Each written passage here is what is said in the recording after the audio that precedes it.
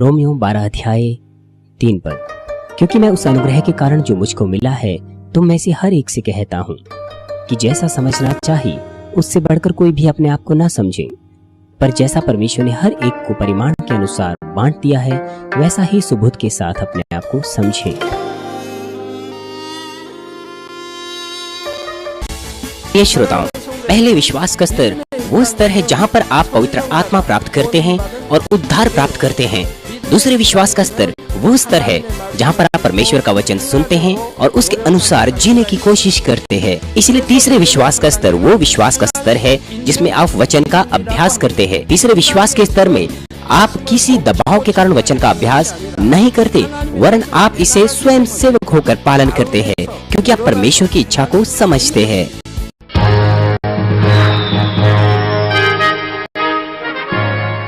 मसीह में प्रिय श्रोताओं और टेलीविजन पर देख रहे दर्शकों, जब आप एक राई का दाना बोते हैं तो वह अंकुरित होता है और बड़ा होता है और अंत में एक बड़ा पेड़ बन जाता है।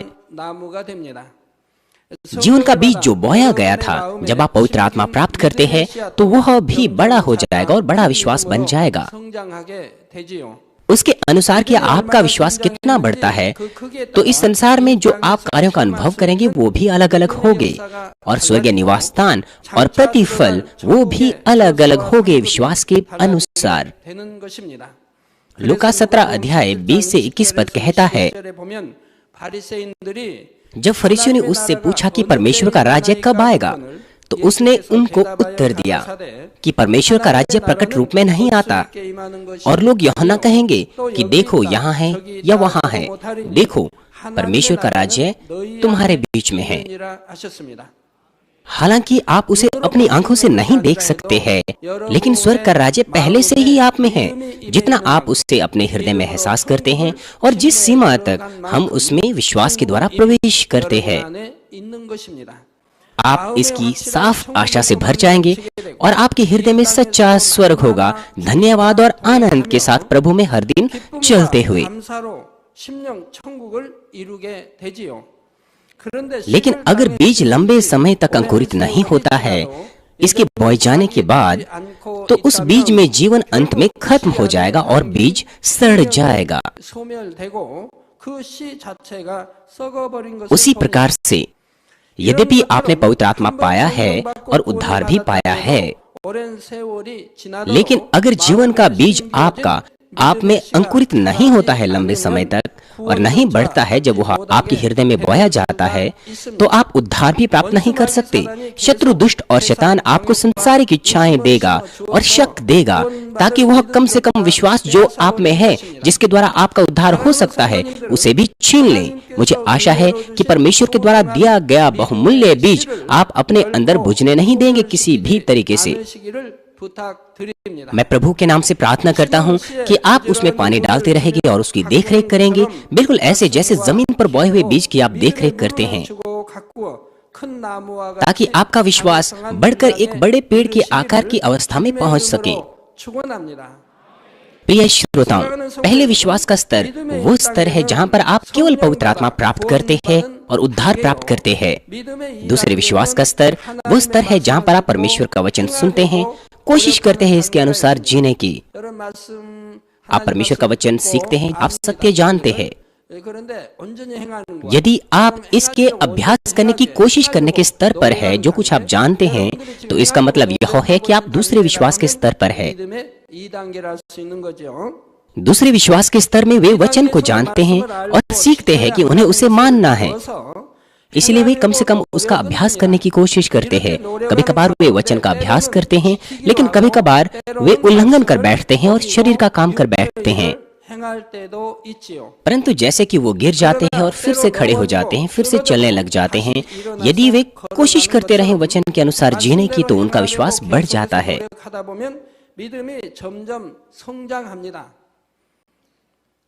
जब उनके विश्वास का परिमाण बढ़ता है तो फिर वो योग्य हो जाते हैं और भी अधिक वचन का अभ्यास करने के।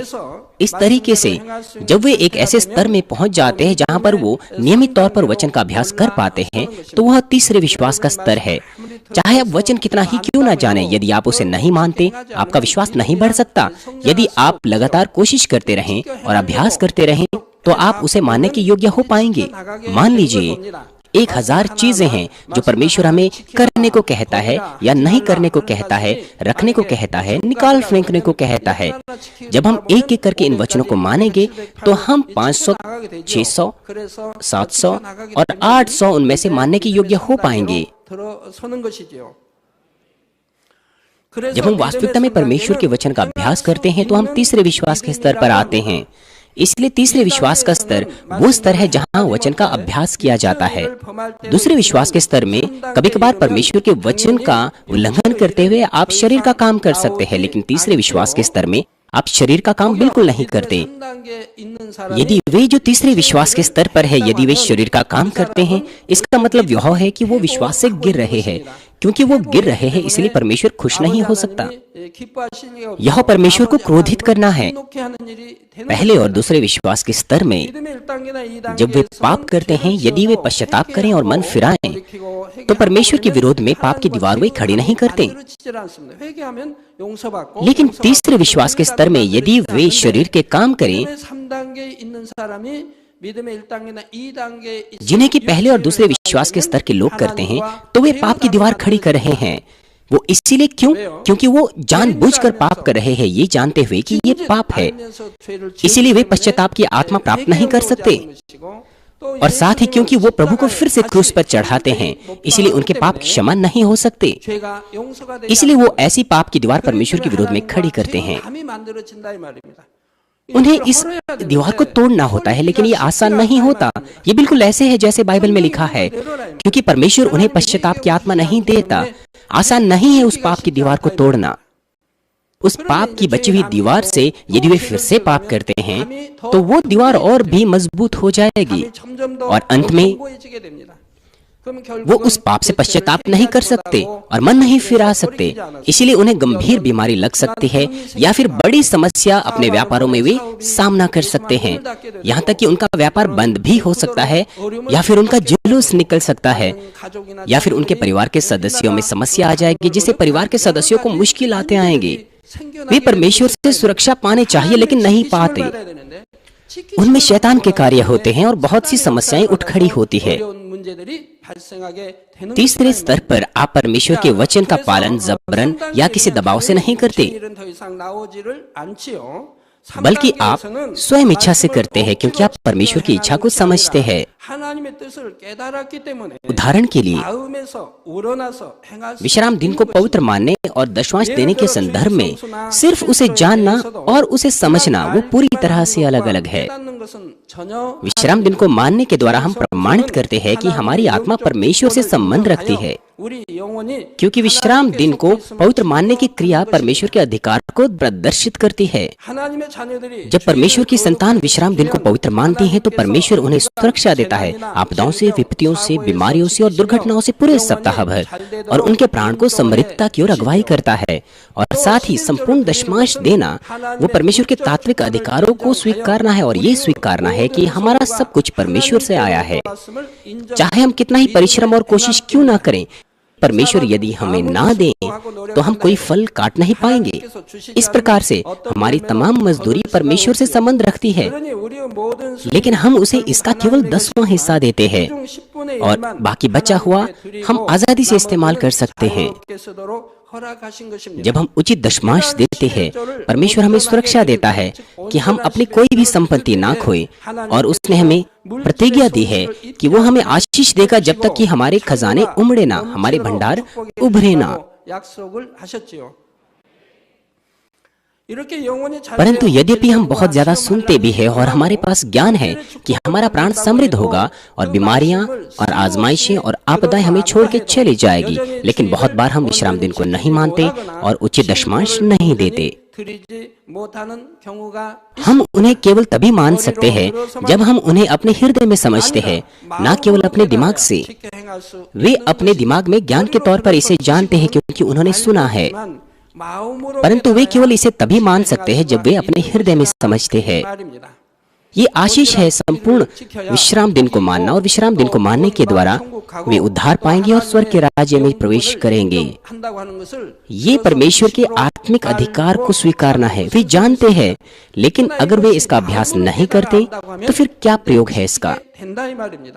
लेकिन यदि वे अपने हृदय में समझते हैं तो वे इसे मानेंगे और वे जानते हैं कि ये आशीष है, इसलिए परमेश्वर स्वर्ग के द्वार को खोलेगा और उनके व्यापार को, उनके बच्चों और परिवारों को आशीष देगा जब वे उचित दशमांश देते हैं। जब वे अपने हृदय में इसे समझते हैं और विश्वास करते हैं तो वे इसे मानेंगे और आशीष प्राप्त करेंगे। आइए एक उदाहरण मैं आपको देता हूँ। मान लीजिए आपका बॉस आपकी कंपनी में वो आपको कहता है कि यदि आप पूरी रात भर काम करेंगे, केवल आज रात ही किसी काम को समाप्त करने के लिए जिसकी जरूरत है, तो वह आपको एक बड़ा बोनस देगा और आपकी उन्नति करेगा। साथ ही साथ वो ये भी कहता है कि अगर आप संपूर्ण रातें भर काम नहीं करना चाहते तो वो काम किसी और को दे देगा, आप अपने घर जा सकते हैं और आराम कर सकते हैं। लोगों के लिए अपनी कार्यशालाओं में उन्नति करने के लिए वो बहुत सालों तक प्रयास करते हैं, और यदि वे केवल एक रात भर काम करने के द्वारा उन्नति प्राप्त करते हैं तो कौन इनकार करेगा। आत्मा में भी ऐसा ही है। यदि आप वास्तविकता में समझते हैं कि ये आशीष है विश्राम दिन को मानना और उचित दशमांश देना, तो फिर आप विश्वास प्राप्त करेंगे कि इसका पूरी तरह से अभ्यास कर सकें। लोग वचन को सुनते हैं लेकिन अभ्यास नहीं करते क्योंकि वे वास्तविकता में इसे अपने हृदय में नहीं समझते। दूसरे विश्वास के स्तर पर समझना जहां पर आप पूरी तरह से नहीं समझते, और तीसरे स्तर पर वो पूरी तरह से अलग अलग है। परंतु यद्यपि आप दूसरे स्तर में वास्तविकता में नहीं समझते हैं, लेकिन आपने उसे सुना है और आप जानते हैं, इसलिए आप कोशिश करते हैं वचन का अभ्यास करने की। यदि आप प्रार्थना करें और कार्य करने की कोशिश करें तो परमेश्वर ऊपर से आपको अनुग्रह देता है और किसी न किसी क्षण आप उसे अपने हृदय की गहराई से समझ सकते हैं। वो अनुग्रह और ताकत आप में बनता है, इसीलिए आप अपने हृदय में विश्वास प्राप्त करते हैं और फिर आप उस वचन को आसानी से अभ्यास कर सकते हैं। परंतु यदि आप एक नए जन्मे बच्चे को देखें, वो पहली बार जब चलने की कोशिश करता है तो बच्चा केवल एक ही दिन में खड़ा नहीं हो सकता और चलना शुरू नहीं कर सकता। वो सबसे पहले अपने हाथ और पैरों को हिलाते हैं, और जब उनकी ताकत बढ़ती है तो फिर वो अपने शरीर को घुमाना शुरू करते हैं और अंत में वो रेंगना शुरू करते हैं और अंत में अपने पैरों पर खड़े हो जाते हैं। इस प्रक्रिया में वो अपने पैरों में ताकत प्राप्त करते हैं और अंत में यहाँ तक कि वो दौड़ भी सकते हैं। क्या आपने ऐसे किसी नए जन्मे बच्चों को देखा है जो नीचे लेटा हुआ है और अचानक से उठकर चलने लग जाता है? मैं निश्चित हूँ कि आपने कभी भी किसी बच्चे को ऐसा नहीं देखा होगा। सबसे पहले वो लेटे हुए होते हैं और जब वो माँ का दूध पीते हैं और बढ़ते जाते हैं तो वो फिर अपने आप को हिलाते हैं, अपने पैरों हाथों को हिलाते हैं, और जब वे और अधिक ताकत प्राप्त करते हैं तो वो जमीन पर रेंगना शुरू कर देते हैं। और जब वो इस प्रकार की प्रक्रिया से गुजरते हैं उसके बाद वो बैठने लग जाते हैं और अंत में वे खड़े हो जाते हैं और फिर चलना शुरू करते हैं। लेकिन सबसे पहले वो एक कदम चलते हैं और फिर गिर जाते हैं।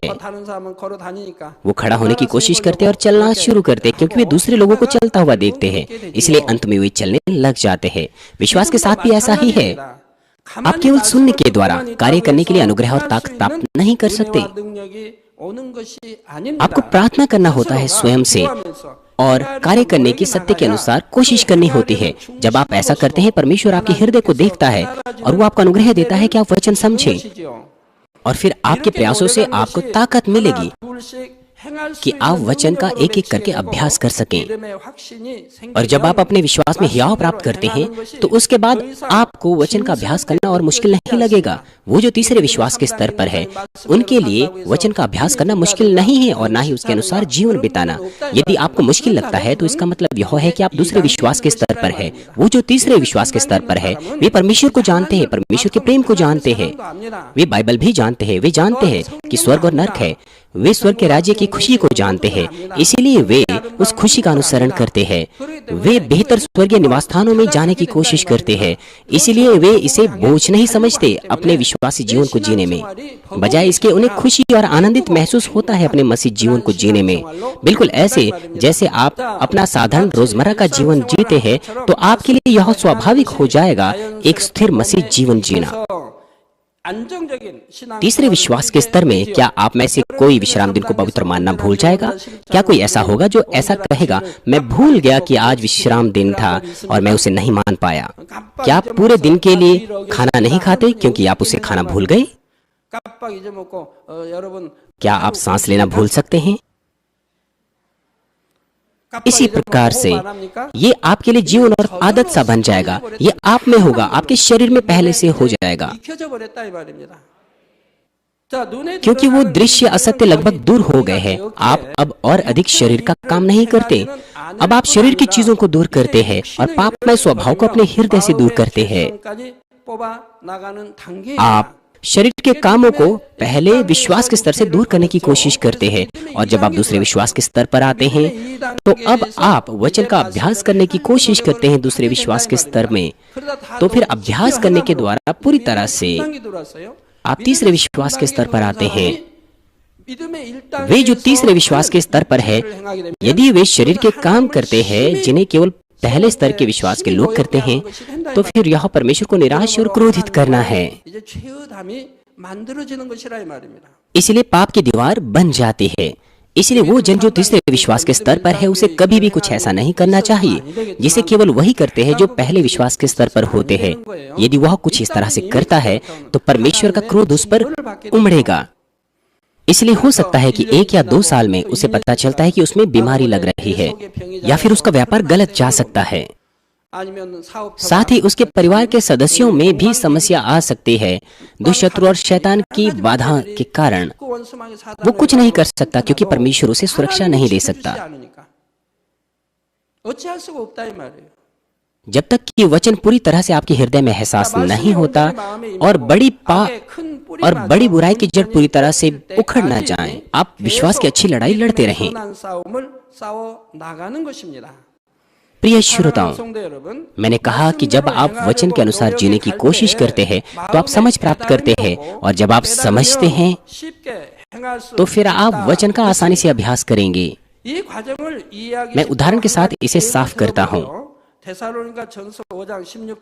पहला थिस्सलुनीकियों 5 अध्याय 16 से 18 पद कहता है, सदा आनंदित रहो, निरंतर प्रार्थना में लगे रहो, हर बात में धन्यवाद करो क्योंकि तुम्हारे लिए मसीह यीशु में परमेश्वर की यही इच्छा है। जब मैं हमारे सदस्यों को देखता हूं जो विश्वास में बढ़ चुके हैं और कार्यकर्ता बन गए हैं, मैं देखता हूं कि उनके चेहरे आनंद और धन्यवाद से भरे रहते हैं। उनके अंदर आत्मिक ज्योति होती है, उनकी झुर्रियां गायब हो जाती है। यद्यपि वो बहुत ज्यादा मेकअप भी नहीं करते, उनके चेहरे और भी सुंदर हो जाते हैं।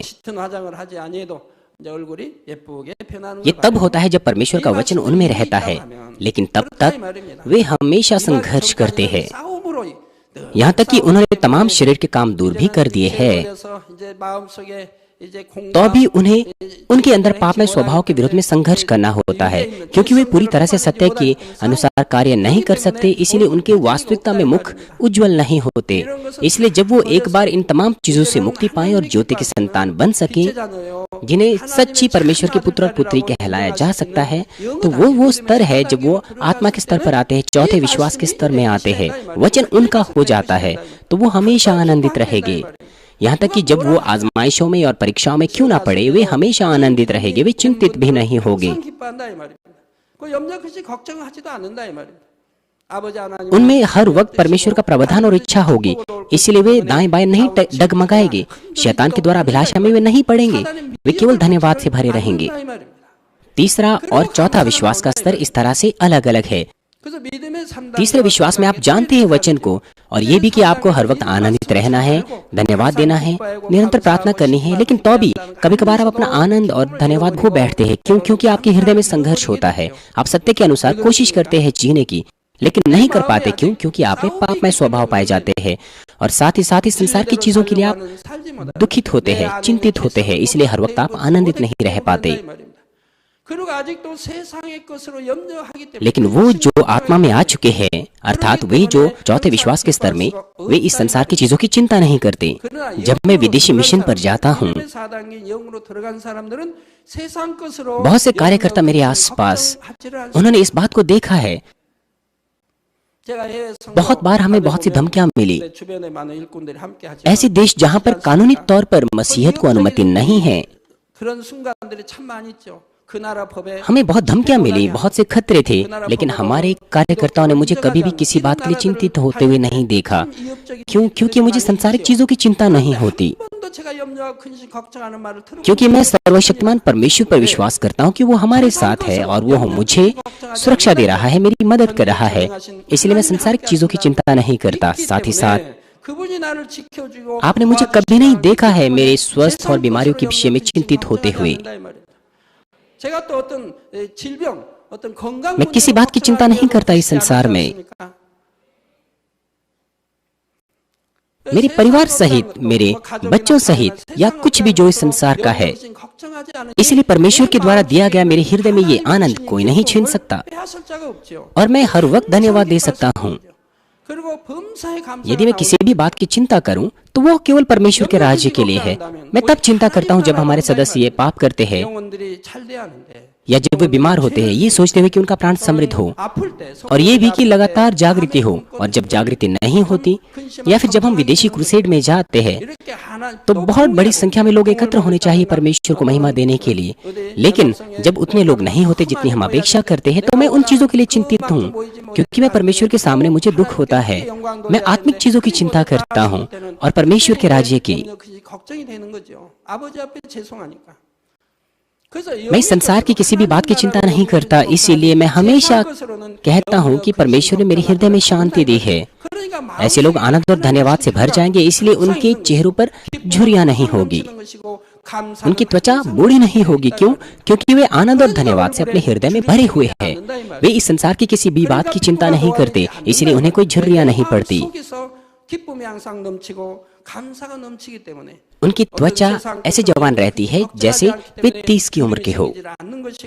आपके साथ भी ऐसा ही है। यदि आप आत्मा और संपूर्ण आत्मा में तेजी से जाएं, तो आपकी त्वचा बदल जाएगी। उनकी त्वचा के समान जो 20 या 30 की उम्र के हैं, और साथ ही साथ छोटी झुर्रियां भी गायब हो जाएगी। क्यों? क्योंकि आप आनंद और धन्यवाद और खुशी से भरे हुए हैं। आपके पास कोई चिंता नहीं है, आपको गुस्सा या उस तरह से कुछ नहीं होता। इसलिए आपका मुख उज्जवल रहता है।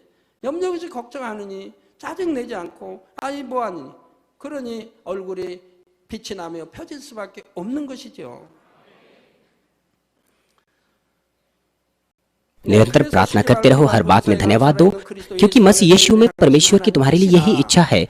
यदि आप इस वाक्यांश के अर्थ को अपने हृदय में नहीं समझते, तो जब आप मुश्किल में पड़ते हैं, आप कोशिश करते हैं आनंदित होने की और धन्यवाद देने की, लेकिन ये केवल बाहरी तौर पर होता है। आपके हृदय में आप सोचते हैं कि मैं ऐसी मुश्किल में पड़ा हूँ, ये कुछ ऐसा नहीं है जिसके लिए मुझे धन्यवादी होना चाहिए। मैं कैसे धन्यवाद दे सकता हूँ? आप कोशिश करते हैं आनंदित होने की, लेकिन आप उसे और अधिक नहीं सह सकते, इसलिए अंत में आप शिकायत कर सकते हैं। लेकिन अगर आप वचन का पालन करने की कोशिश करते रहें, तो किसी क्षण से आप परमेश्वर की इच्छा को समझना शुरू करते हैं अपनी प्रार्थनाओं के द्वारा। इस धरती का जीवन केवल क्षण भर का है, यद्यपि मुश्किल है, लेकिन मेरे पास अनंत स्वर्ग राज्य में जाने की आशा है। इसलिए ये कितना धन्यवादी है। मुझ जैसा पापी, उसे माफी मिली और उद्धार प्राप्त किया, और साथ ही साथ इस मनुष्य जुताई के द्वारा मैंने मौके पाए कि मैं अपने आप को बदलूं। ये चीजें कितनी खुशनुमा है। परमेश्वर मुझे उत्तर देता है यदि मैं विश्वास से मांगूं। हालांकि मुश्किलें हैं इस वक्त, लेकिन मैं उत्तर प्राप्त करूंगा और परमेश्वर को महिमा दूंगा। इसलिए ये कितना आनंदित है। इसी प्रकार से आप उन चीजों को एहसास कर सकते हैं जिनके लिए आप धन्यवादी हो सकते हैं।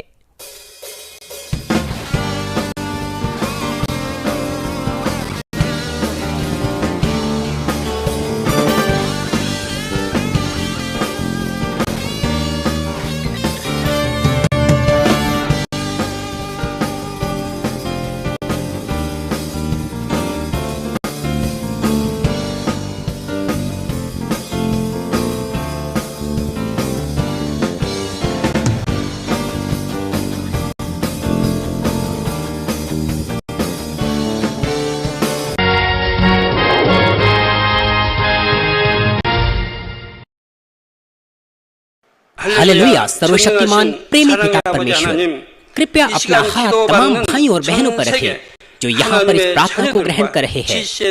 उनके हृदय में विश्वास को बोइए और उनके नकारात्मक विचार और शक को दूर कीजिए। तमाम क्लेश और आजमाइशें उन्हें छोड़ के चले जाएं। पवित्र आत्मा की आग के द्वारा सिर से लेकर पैर तक उनके तमाम बीमार और दर्द भरे अंगों को जला दीजिए। यीशु मसीह के नाम से मैं आज्ञा देता हूँ, शत्रु दुष्ट और शैतान तमाम बीमारियां, रोगाणु, विषाणु और निर्बलताएं दूर ज्योति उन पर चमके। उनके तमाम असाध्य और अंतकारी रोग पवित्र आत्मा की आग के द्वारा झुलसा दीजिए। तमाम प्रकार की महामारियां, मलेरिया सहित जला दीजिए। तमाम संक्रामक रोग, जुकाम, बुखार उनसे दूर हो।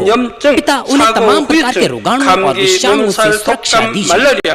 उन्हें तमाम प्रकार के कैंसर, पेट के कैंसर, फेफड़े के कैंसर, जिगर के कैंसर, छाती के कैंसर, गर्भ के कैंसर और आंतों के कैंसर से चंगा कीजिए।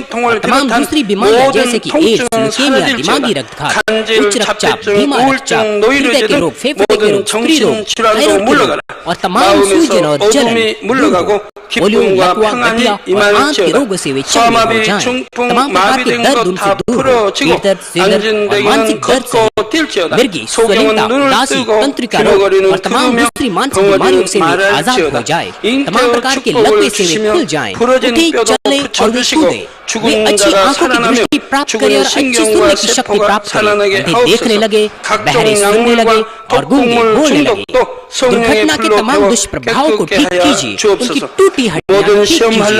उन्हें जलन से ठीक कीजिए। जलन और दहन संवेदनाओं से दूर हो। तमाम प्रकार की नशे की लत से और पदार्थ के इस्तेमाल से साफ हो जाओ। पिता मृतक कोशिकाओं, उत्तकों और तंत्रिकाओं को फिर से ठीक कीजिए और मृतकों को जिला दीजिए। उन्हें आशीष दीजिए गर्भ धारण की। पिता उन्हें गर्भ धारण की आशीष दीजिए। यीशु मसीह के नाम से मैं आज्ञा देता हूँ, शत्रु दुष्ट और शैतान, हवाओं के शासक, बुरी सेनाएं और उनके दास उनसे दूर हो। बुरी आत्माएं, अशुद्ध आत्माएं, धोखे की आत्माएं, झूठ की आत्माएं, अलग करने वाली आत्माएं और तमाम अंधकार के बल दूर हो। दुष्टता के तमाम बंधन खुल जाएं, उनसे दूर हो, ज्योति आ जाए। पिता परमेश्वर उन्हें ताकत दीजिए कि वे प्रार्थनाओं में पुकारें, पापों को दूर करने की उन्हें सामर्थ्य दीजिए और वे पवित्र हो जाएं। वे भले स्वस्थ में बने रहें जब उनका प्राण समृद्ध होता है। उनके परिवारों में भी सुसमाचार का प्रचार किया जाए। उन्हें सुरक्षा दीजिए तमाम प्रकार की दुर्घटनाओं और विपत्तियों से। अपने बच्चों को, उनके घर, कार्यशालाओं और व्यापारों को सुरक्षा दीजिए। पवित्र आत्मा की आग की दीवार से स्वर्गीय सेना, स्वर्गदूतों और अपनी धधकती आंखों के द्वारा। परमेश्वर आपका धन्यवाद, सारी महिमा केवल आपको मिले। हमारे प्रभु यीशु मसीह के नाम से हालांकि आप वचन के अनुसार बाहरी तौर पर कार्य कर सके, लेकिन आवश्यक तौर पर इसका अर्थ यह नहीं कि आप तीसरे विश्वास के स्तर पर हो। उदाहरण के लिए, यद्यपि आप किसी रविवार की सभा को ना भी छोड़ें, लेकिन आपका विश्वास उसके अनुसार अलग होगा कि आप परमेश्वर की आराधना कैसे करते हैं। और साथ ही विश्वास कर्म के साथ होना चाहिए और ये अवश्य ही नहीं बदलना चाहिए। जब आप तीसरे विश्वास के स्तर में आते हैं और वचन का अभ्यास करते हैं तो सबसे पहले आपके हृदय में कुछ क्लेश होता है। आप परमेश्वर की इच्छा को समझते हैं और पालन करते हैं, लेकिन क्योंकि अभी भी पापमय स्वभाव आपके अंदर होते हैं, इसलिए आपके हृदय में क्लेश होते हैं। आप सत्य में कार्य तो करते हैं, लेकिन तो भी आत्मिक विचार जो भले हृदय का अनुसरण करने की कोशिश करते हैं और शारीरिक विचार जो बुरी इच्छाओं का अनुसरण करने की कोशिश करते हैं, तो वो एक दूसरे के विरोध में संघर्ष करते हैं।